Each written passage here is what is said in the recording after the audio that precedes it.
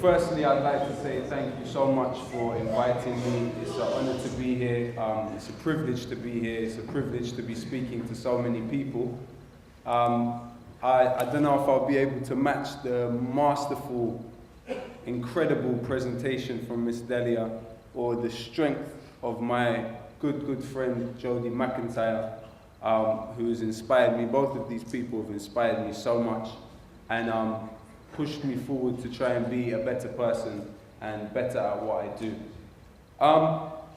As I am speaking to you now, I'm waiting on the text message that the Egyptian revolution has been successful. I am praying for that message to come to my phone. And as soon as I get that message, I will let you know. Because when we talk about Mr. Hosni Mubarak, we're not talking about simply a puppet. We are talking about a slave. We are talking about a slave to US imperialism. We are talking about a slave to Israeli interests in the region. Why are we here today? Why did we come here? And thank you for the introduction, but I don't believe you came here for me. You came here for Palestine. You came here because you believe in the humanity, of a people that have been denied that humanity for decades upon decades upon decades. You love people that we have only shown hatred towards, that we have been taught are not human, are lessers. And there's only one line of division in the world today, and it doesn't fall along religious lines, or ethnic lines, or racial lines, or any other lines. It falls squarely between those who believe in the equality of all and those who believe in the supremacy of some. It's not rocket science, it's not complicated. We're not here because we believe there are any lessers and more worthy people. We are here because we believe that humans are the same and that the basic existence of humanity must be respected. All humanity must be respected. How dare we let capitalism and imperialism silence our humanity? When we do that, the only humanity which ceases to exist is ours. So, when we're talking about Egypt and the uprising and the revolution in Egypt, we're not just talking about Egypt, we're talking about Palestine. Because 1979 was a very, very important year in the quote-unquote Arab world and the quote-unquote Middle East. Not only was it the year of the revolution in Iran, it was the year officially that Saddam Hussein took power in Iraq, officially. 1979 was also the year the Russians invaded and occupied Afghanistan.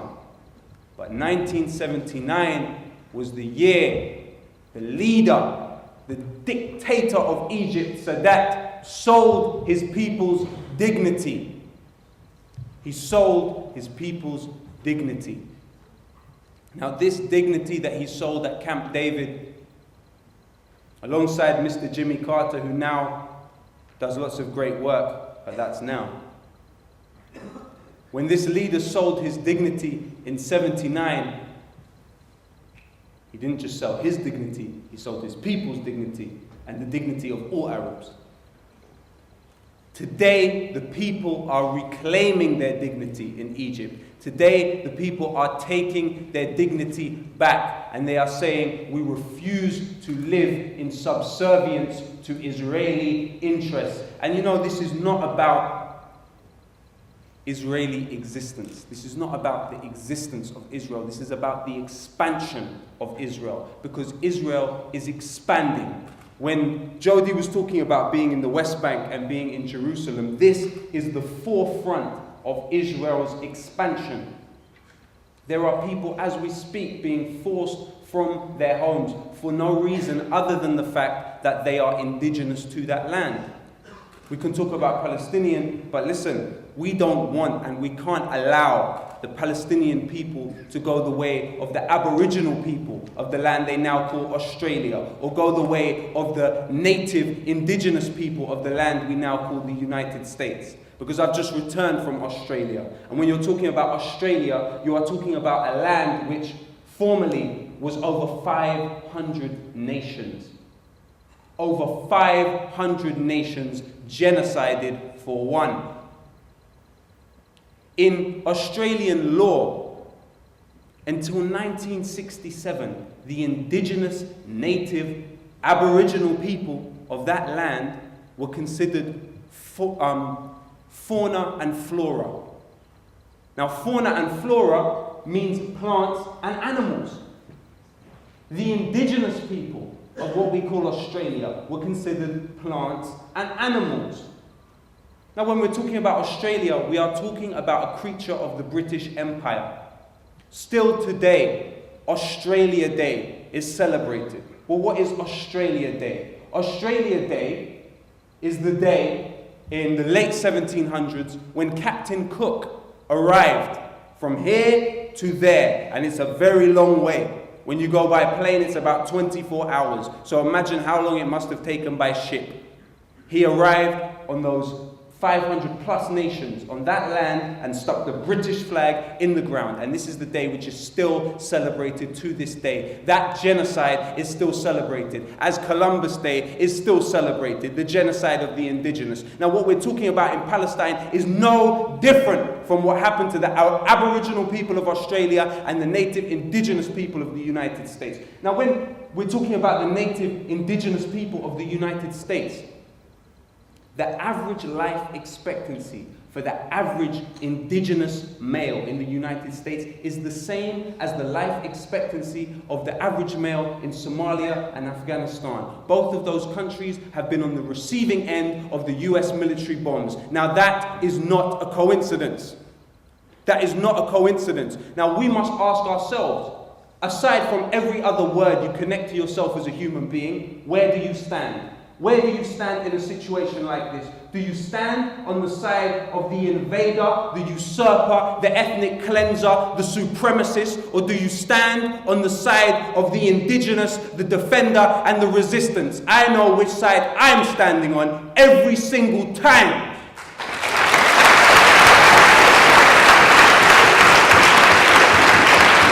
And there is nothing honorable or special about standing on the side of the indigenous, of the resistance, of the defender. It is only human. That's only human.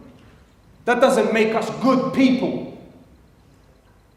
That doesn't make any of us good people. But it makes us right. And that's where we should be. Now, there's been a lot of talk since this quote-unquote situation in Egypt has broken out, coming from Washington, about democracy and the will of the people. We have been told that this government, which has been a slave to US interests, Hosni Mubarak was brought in to continue the status quo, which Mr. Sadat enforced and paid for his life for. He was killed because Camp David didn't reflect the will of the Egyptian people. All this talk about the will of the Egyptian people and democracy. Listen, the United States not only doesn't want any form of democracy in the quote-unquote Arab or Middle Eastern world, it doesn't want democracy in the third world. Let's talk about democracy in the third world. They had democracy in Chile and it delivered Mr. Allende. What happened to Mr. Allende? He was overthrown, and somebody called Pinochet, a dictator, was brought in on September 11th, 1973 by the United States government. And if we look at the headlines, we look at all the horror that Pinochet put upon his people. They had Mossadegh in Iran, a man that was democratically elected and wanted to nationalize the Anglo-Iranian oil company, which is now today known